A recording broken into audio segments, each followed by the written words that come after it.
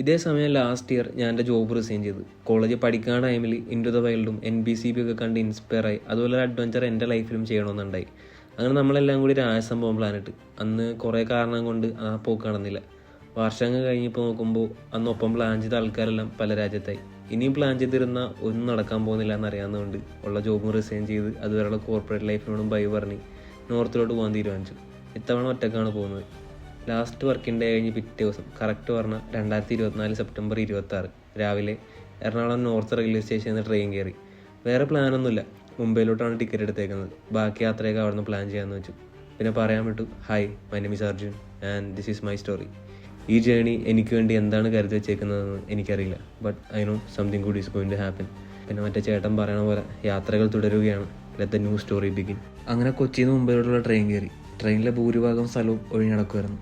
നാളെ രാവിലെയോടുകൂടി ട്രെയിൻ മുംബൈയിലെത്തും. മുംബൈയിലാണെങ്കിൽ എനിക്ക് 2 കൂട്ടുകാരുണ്ട്. പോണ വഴിക്ക് അവന്മാരെ എന്തായാലും കാണണം. ട്രെയിൻ കേരള ബോർഡർ കഴിഞ്ഞു. കാഞ്ഞങ്ങാട് നിന്നൊരു ചേട്ടൻ കയറിയായിരുന്നു. പുള്ളിയാണെങ്കിൽ മുംബൈയിൽ 20 വർഷത്തോളമായിട്ട് കച്ചവടമാണ്. പോകേണ്ട സ്ഥലങ്ങളെക്കുറിച്ചൊക്കെ പുള്ളിനോട് ചോദിച്ച് മനസ്സിലാക്കി. മാത്തേരൻ അല്ലെങ്കിൽ ഹരിഹർ ഫോർട്ട് പോകാനായിരുന്നു പ്ലാൻ. പക്ഷേ മുംബൈയിലെ വെതർ മോശമായതുകൊണ്ട് അങ്ങോട്ട് പോകാനുള്ള പ്ലാൻ ഡ്രോപ്പ് ചെയ്തു. സിറ്റി തന്നെ എക്സ്പ്ലോർ ചെയ്യാൻ തീരുമാനിച്ചു. ഗോവ എത്താറായപ്പോൾ തന്നെ ചെറിയ മഴ തുടങ്ങി. ലാൻഡ്സ്കേപ്പും വ്യത്യാസമായി തുടങ്ങി. അങ്ങനെ വൈകുന്നേരം സൺസെറ്റും കണ്ട് ട്രെയിനിൽ നിന്ന് മേടിച്ച പാവ് ഭാജിയും കഴിച്ച് അങ്ങനെ ഇരുന്നു. അന്ന് രാത്രി ഫുള്ള് റിസർച്ചായിരുന്നു. വീട്ടിൽ നിന്ന് കൊണ്ടുവന്ന പീനട്ട് ബട്ടറും അവിലും കഴിച്ച് പോകേണ്ട സ്ഥലങ്ങളിലുള്ള പ്ലാനും ചെയ്ത് അന്നത്തെ ഡേ വൈൻഡപ്പ് ചെയ്തു. നമ്മൾ ഫിലിമിലൊക്കെ കണ്ട പോലെ അണ്ടർവേൾഡ് ഡോൺസും ഗാങ്സ്റ്റേഴ്സും ഗുണ്ടാപ്പിരും സ്ലംസും ഷൂട്ടൗട്ടൊക്കെ ആയിട്ട് ആകെ ഒരു വയലൻ്റ് ഇമേജ് ആയിരുന്നു മുംബൈനെ കുറിച്ചുണ്ടായിരുന്നത്. ഇതൊക്കെ ഉള്ളതാണോ എന്ന് അടുത്തറിയാൻ കൂടിയായിരുന്നു ഈ ഒരു യാത്ര. അങ്ങനെ രാവിലെ എണീറ്റപ്പോൾ തന്നെ പുറത്തോട്ട് നോക്കി. നല്ല മഴയാണ്. ട്രെയിൻ മുംബൈ എത്താറായി. ലോകമാന്യത്തിലെ ടെർമിനൽ റെയിൽവേ സ്റ്റേഷനിലാണ് നമുക്ക് ഇറങ്ങേണ്ടത്. വലിയ വലിയ കെട്ടിടങ്ങളും തിങ്ങി നിറഞ്ഞു പോകുന്ന ട്രെയിനുകളും കണ്ടു തുടങ്ങി. ടയർ 1 സിറ്റി ആയതുകൊണ്ട് തന്നെ അവിടുത്തെ ജീവിത ചെലവ് കൂടുതലാണ്. കേട്ടിടത്തോളം എക്സ്ട്രീം റിച്ചും എക്സ്ട്രീം പൂവറും ആയിട്ടുള്ള ആൾക്കാർ ജീവിക്കുന്ന ഒരു സ്ഥലമാണ് മുംബൈ. അവിടുത്തെ റൂം റെൻ്റ് തന്നെ നല്ലൊരു സംഖ്യ വരും. റെയിൽവേ സ്റ്റേഷനിൽ നിന്ന് 5 കിലോമീറ്റർ മാറിയാണ് ഞാൻ റൂം എടുത്തത്. ഷെയറിങ് AC ഡോം തന്നെ ഒരു ദിവസത്തേക്ക് 600 രൂപയായി. മുംബൈയിൽ മലയാളികൾ നടത്തണമായതുകൊണ്ട് തന്നെ ഞാൻ വേറെ ഓപ്ഷൻ നോക്കാൻ നിന്നില്ല. മുംബൈയിലുള്ള എൻ്റെ ഫ്രണ്ട് എന്നെ കൂട്ടാനെന്ന് വരാമെന്ന് പറഞ്ഞു. പണ്ട് ഹംപി യാത്ര പരിചയപ്പെട്ടാണ്. നോർത്ത് ഇന്ത്യൻ ട്രിപ്പ് പ്ലാൻ ചെയ്തപ്പോൾ തന്നെ ആദ്യം വിളിച്ചത് ഇവനെയാണ്. വിജയ് റെഡ്ഡി, ആന്ധ്രക്കാരനാണ്. Born and brought up in Mumbai. ഇന്നപ്പോൾ അവൻ്റെ ഒപ്പം ഒരുങ്ങി യാത്ര. ഇറങ്ങേണ്ട സ്ഥലം ആവാറായി. Lokmanya Tilak terminus railway station. ഡോണാവൻ മുംബൈയിലോട്ട് ട്രെയിൻ കയറി റോക്കി ബായും നമ്മുടെ ധർമ്മേന്ദ്രയൊക്കെ ചിലപ്പോൾ ഈ ഒരു റെയിൽവേ സ്റ്റേഷനിലായിരിക്കും വന്നിറങ്ങി. കാർലോണിയുടെ കേസ് എനിക്കറിയില്ല കേട്ടോ. സൗത്ത് ഇന്ത്യയിൽ നിന്ന് വരുന്ന എല്ലാ ലോങ് ഡിസ്റ്റൻസ് ട്രെയിൻസും ഇവിടെയാണ് വന്നിറങ്ങുന്നത്. അങ്ങനെ ബാഗ് കൊടുത്ത് നമ്മൾ പുറത്തോട്ട് നടത്താൻ തുടങ്ങി. മഴ ഇപ്പോഴും നിന്നിട്ടില്ല. എസ്കലേറ്റർ ഇറങ്ങി നമ്മൾ താഴത്തെത്തി. അങ്ങനെ റെയിൽവേ സ്റ്റേഷൻ്റെ റെനോവേഷൻ വർക്ക് ഇപ്പോഴും നടക്കുന്നുണ്ട്. Mumbai special black and yellow taxis അങ്ങിങ്ങായി കിടപ്പുണ്ടായിരുന്നു. അടുത്ത് തന്നെ അത് നിരോധിക്കാൻ പോകുന്നു എന്നുള്ളൊരു ന്യൂസ് കഴിഞ്ഞിടയ്ക്ക് ഞാൻ വായിച്ചായിരുന്നു. ഞാൻ ഊബർ ഓട്ടോയാണ് ബുക്ക് ചെയ്തത്. അങ്ങനെ ഓട്ടോ കയറി ബാന്ദ്രയിലേക്കുള്ള യാത്ര തുടങ്ങി. ഞാൻ വിചാരിച്ചത്രയും തിരക്കില്ല റോട്ടിൽ. പിന്നെ കൊച്ചിയിലെ ബ്ലോക്കൊക്കെ കണ്ടാൽ നമുക്കിതുണ്ട്. ഏതോ ഒരു സീ ബ്രിഡ്ജിൽ കയറി. സീയുടെ അപ്പുറം സൈഡിൽ പടുകൂറ്റം ബിൽഡിങ്സ് കാണാം. നമ്മൾ ഫിലിമിലൊക്കെ കാണുന്ന പോലെ പോസ്റ്റ് സൈഡ് ഓഫ് മുംബൈ. അവിടെ നിന്ന് യാത്രകൾ തുടരുകയാണ്. ബാന്ദ്ര, അവിടെയാണ് നമ്മൾ റൂം എടുത്തേക്കണത്. അങ്ങനെ റൂമിലെത്തി ഫ്രഷായി ഇറങ്ങുന്നപ്പോഴാണ് അടുത്ത ടാസ്ക്. നമ്മുടെ റിസപ്ഷനിസ്റ്റ് ഗേറ്റും പൂട്ടി ജുമാസ്കാരത്തിന് പോയി. പിന്നെ പുള്ളി വരുന്ന വരെ അവിടെ വെയിറ്റ് ചെയ്തു. അപ്പോഴേക്കും നമ്മുടെ മച്ചാൻ ഗേറ്റിന് വിളി വന്നിപ്പുണ്ടായി. അവിടെ നിന്ന് ബാന്ദ്രാവസ്ഥയിലേക്ക് പോകാൻ തീരുമാനിച്ചു. പോകുന്ന വഴി ഒരു പാനിപ്പൂരി കഴിച്ച്. ഞാൻ കഴിച്ചതിൽ വെച്ച് 1 ഓഫ് ദ ബെസ്റ്റ് പാനിപ്പൂരി. അതും കഴിച്ച് ഒരു 100-year-old ബർഗർ ഷോപ്പിൽ പോയി. അവിടുത്തെ സ്പെഷ്യൽ ബർഗറും കഴിച്ച് അവിടെ നടത്താൻ തുടങ്ങി. വിജയ് നോട്ടീസ് സ്പീഡിലായിരുന്നു. ലീവ് കിട്ടാഞ്ഞിട്ട് മാനേജറോട് അടിയുണ്ടാക്കിയാണ് അന്ന് വന്നത്. അവിടെ നിന്ന് ബീച്ച് സൈഡിലിരുന്ന് ബർഗറും കഴിച്ച് നേരെ മന്നത്തിലോട്ട് പോയി. നമ്മുടെ SRKയുടെ ബാന്ദ്രയിലെ വീട്ടിലേക്ക്. മേളിൽ കാണുന്ന പോഡിയത്തിലാണ് SRK വന്ന ആൾക്കാർക്ക് ഹായ് കൊടുത്ത് ആ സാധനം കാണിക്കണത്. പിന്നെ അവിടെ നിന്ന് പിക്ക് കൊടുത്ത് അവിടെ നിന്ന് നേരെ ബാന്ദ്ര വോർലി സീലിംഗ് കാണാൻ പോയി. പക്ഷേ അവിടെ പണി നടക്കുന്നതുകൊണ്ട് നമുക്ക് കയറാൻ പറ്റിയില്ല. മഴയാൻ തുടങ്ങി.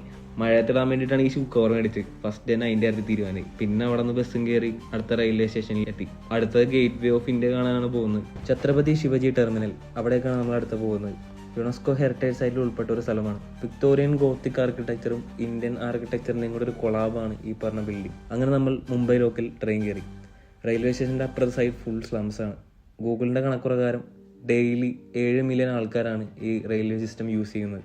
അതുകൊണ്ട് തന്നെ പിക്ക് പോക്കറ്റും കോമൺ ആണ്. You should be really careful. 3 minute ഇടവിട്ട് ട്രെയിൻ ഉണ്ട്. 30 മിനിറ്റ് കൊണ്ട് നമ്മൾ ഛത്രപതി ശിവജി ടെർമിനലിലെത്തി. റെയിൽവേ സ്റ്റേഷനകത്ത് തന്നെ ആർക്കിടെക്ചർ ടോപ്പ് ക്ലാസ് ആണ്. നമ്മൾ ഹാരി പോട്ടർ സീരീസിലൊക്കെ കണ്ട പോലത്തെ അങ്ങനത്തെ ടൈപ്പ് ഒരു ബിൽഡിങ്സും അതിൻ്റെ ഇൻറ്റീരിയേഴ്സും എല്ലാം. അവിടെ നിന്ന് കുറച്ച് പിക്സ് കൊടുത്ത് നേരെ ഗേറ്റ് വേ ഓഫ് ഇന്ത്യയുടെ അടുത്തേക്ക് നടത്താൻ തുടങ്ങി. ഛത്രപതി ശിവജി ടെർമിനൽ. അവിടെ നമ്മൾ നേരെ ഗേറ്റ് വേ ഓഫ് ഇന്ത്യയിലോട്ട് നടക്കാൻ തുടങ്ങി.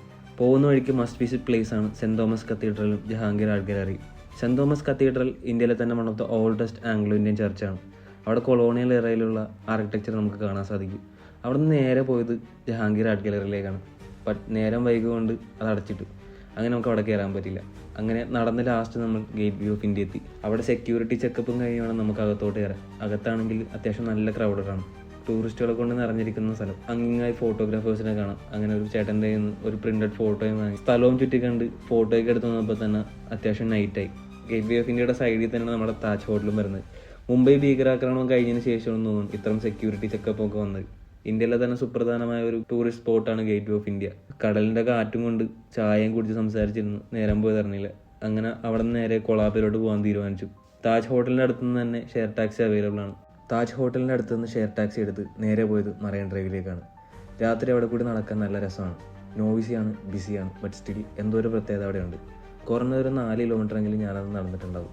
പോകുന്ന വഴിക്ക് അവിടെ തന്നെ സ്പെഷ്യൽ ഐസ്ക്രീം സാൻഡ്വിച്ച് കഴിച്ചു. അവിടുന്ന് ട്രെയിൻ കയറി നേരെ കൊളാബയിലേക്ക്. അങ്ങനെ കൊളാബ ബീച്ചിലെത്തി. ഗണേശ് ചതുർത്ഥി കഴിഞ്ഞിട്ട് അധിക ദിവസമായിട്ടില്ല. മഹാരാഷ്ട്രയിലെ തന്നെ വൺ ഓഫ് ദ മെയിൻ ഫെസ്റ്റിവലാണ് ഗണേശ് ചതുർത്ഥി. അവിടെ നിന്ന് ഇറങ്ങി ട്രെയിൻ പിടിച്ച് അടുത്ത ബീച്ചിലേക്ക്. സമയം 10 കഴിഞ്ഞു. നേരെ പോയത് കാർട്ടർ റോഡിലോട്ടാണ്.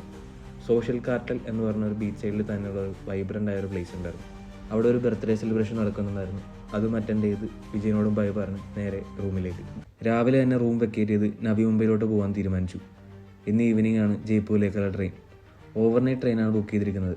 നാളെ രാവിലെയോട് കൂടി ജയ്പൂരിലോട്ട് ട്രെയിൻ എത്തും. ബാന്ദ്ര റെയിൽവേ സ്റ്റേഷൻ്റെ ക്ലോക്ക് റൂമിൽ ലഗേജും വെച്ചിട്ട് അവിടെ നിന്ന് നേരെ ലോക്കൽ ട്രെയിനും എടുത്ത് ചർച്ച് സ്ട്രീറ്റ് റെയിൽവേ സ്റ്റേഷനിലോട്ട് പോകാൻ തീരുമാനിച്ചു. ഇന്ന് എൻ്റെ വേറൊരു സുഹൃത്ത് വരുന്നുണ്ട്, അലീന പ്രധാൻ. പണ്ട് +2 കഴിഞ്ഞ് എൻട്രൻസ് കോച്ചിന് പോകുന്ന ടൈമിലുള്ള പരിചയമാണ്. 8 വർഷത്തിന് ശേഷം ഇപ്പോഴാണ് കാണുന്നത്. റെയിൽവേ സ്റ്റേഷനിൽ ഷെയർ ടാക്സി എടുത്ത് അവൾ പഠിക്കുന്ന കോളേജിൻ്റെ അടുത്തോട്ട് പോയി. പോകുന്ന വഴിക്ക് ഇന്നലെ കണ്ട വിക്ടോറിയ ഫൗണ്ടൈനും സ്ട്രീറ്റും കാണാമായിരുന്നു. അങ്ങനെ അവിടെ എത്തി ഉച്ചക്കത്തെ ഫുഡും കഴിച്ച് ലസ്സിയും കുടിച്ച് നേരെ ആർട്ട് ഗാലറിയിലോട്ട് പോയി. ഇന്നത്തെ main plan art galleries visit ചെയ്യുക എന്നുള്ളതാണ്. മെയിനായിട്ട് 2 പ്ലേസ് ആണുള്ളത്, Jahangir art gallery, national gallery of modern ആർട്ടും. ആദ്യം പോയത് നാഷണൽ ഗാലറി ഓഫ് മോഡേൺ ആർട്ടിലേക്കാണ്. ഹെറിറ്റേജ് ബിൽഡിംഗ്, അതിൻ്റെ അകത്താണ് ഗാലറി സെറ്റ് ചെയ്തിരിക്കുന്നത്. ഓൾമോസ്റ്റ് ഒരു 1400ഓളം ആർട്ട് വർക്ക്സ് അതിൻ്റെ ഉള്ളിലുണ്ട്. സ്കൂളിൽ നിന്ന് കുട്ടികളെല്ലാം ഗ്രൂപ്പായിട്ട് എക്സ്കർഷൻ വന്നിട്ടുണ്ട്. എക്സിബിഷൻ, ഫിലിം സ്ക്രീനിങ് ഒക്കെ അവിടെ നടക്കാറുണ്ട്. ആർട്ട് ഗാലറിയുടെ പുറത്തും പരിസരത്തും ലോക്കൽ ആർട്ടിസ്റ്റുകൾ ചെയ്ത ആർട്ട് വർക്ക്സ് നമുക്ക് കാണാം. ആവശ്യക്കാർക്ക് അവിടെ നിന്ന് പെയിൻറ്റിങ് മേടിക്കാം. അതിനുശേഷം അടുത്ത് തന്നെയുള്ള ജഹാംഗീർ ആർട്ട് ഗാലറിയിൽ കയറി. മറ്റേതിനെ അപേക്ഷിച്ച് നന്നേ ചെറുത്. അവിടെയും കുറച്ച് നേരം ടൈം സ്പെൻഡ് ചെയ്ത് പുറത്തു വന്നു. എന്നിട്ട് നേരെ അടുത്തുള്ള ട്രെയിൻ പിടിച്ച് ബാന്ദ്ര റെയിൽവേ സ്റ്റേഷനിലിട്ട്. ജയ്പൂരിലോട്ട് പോകാനുള്ള ട്രെയിനിൻ്റെ സമയം അടുക്കാറായി. യാത്രകൾ തുടരുകയാണ്.